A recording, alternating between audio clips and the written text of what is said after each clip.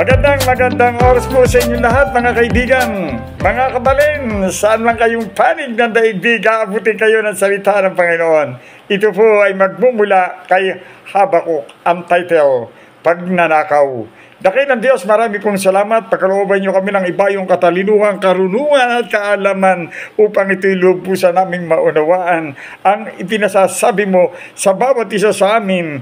At kami, O Diyos, ay makalakad ayon sa iyong banal na palatuntunan. In Jesus' name, hallelujah! Purihin ka, O Diyos. Pagnanakaw, Habakuk 2:6-7. Darating ang araw na silang nasasakop ay lalaban sa kanya't at siya'y lilibakin at uuyamin. Sasabihin nila, kawawa ka, ikaw na nagpapayaman sa pagpapautang sa iba sa pamamagitan ng mga pagpiprenda at malaking tubo. 7. Biglang darating ang panahon na ikaw ay siyang mangungutang na darating ang iyong kaaway at manginginig ka. Yan po ang salita ng Panginoon kay Habakuk na ito'y nawa lubusan nating maunawaan sa ating buhay, sa ating pamumuhay na kailangan tayo ay patuloy na lumapit sa Panginoon, na makalakad tayo ayon sa kanyang banal na palatuntunan ng pinagkakaloob sa atin, dahil noong pamanguna ay sa 10 utos pinagbabawal ang pagnanakaw. Opo, yung pong pagpapatubo ng malaki ay isa ng klaseng pagnanakaw, pag-i-interes sa kapwa.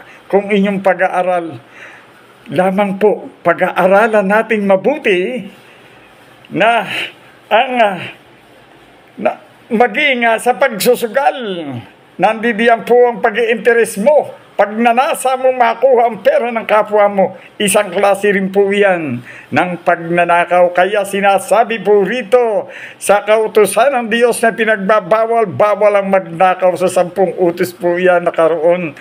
Nandidiyan po nakalagay yan. Makikita natin kung ito po ating sinasaliksik ang banal na kasulatan ng Diyos, makalalakad tayo ayon sa kanyang banal na palatuntunan at mamumuhay tayo na may kapayapaan, may kagalakan, may kasaganaan ng pamumuhay na walang ika nga pong pag-i-interes sa kapwa, kundi ang Diyos ang iyong inaasahan sa lahat ng iyong buhay. Pagtitiwala sa Diyos ay kailangan natin upang ang pagnanakaw ay huwag maganap sa ating pamumuhay. Pag-asa ninyo, opo, ay hindi kayo nakakapagnakaw. Kaya lubusan ninyong unawain ang inyong pamumuhay upang kayo'y huwag makapagnakaw. Mabigat ang salita ng Diyos. Amen? Totoo po. Direct to the point po ito. In Jesus' name, amen. Sa ngalan ng Ama, ng Anak at ng Espiritu Santo, amen, amen, amen. Lumakad ka kasama ang Diyos. Hallelujah! Purihin ang Diyos. Amen.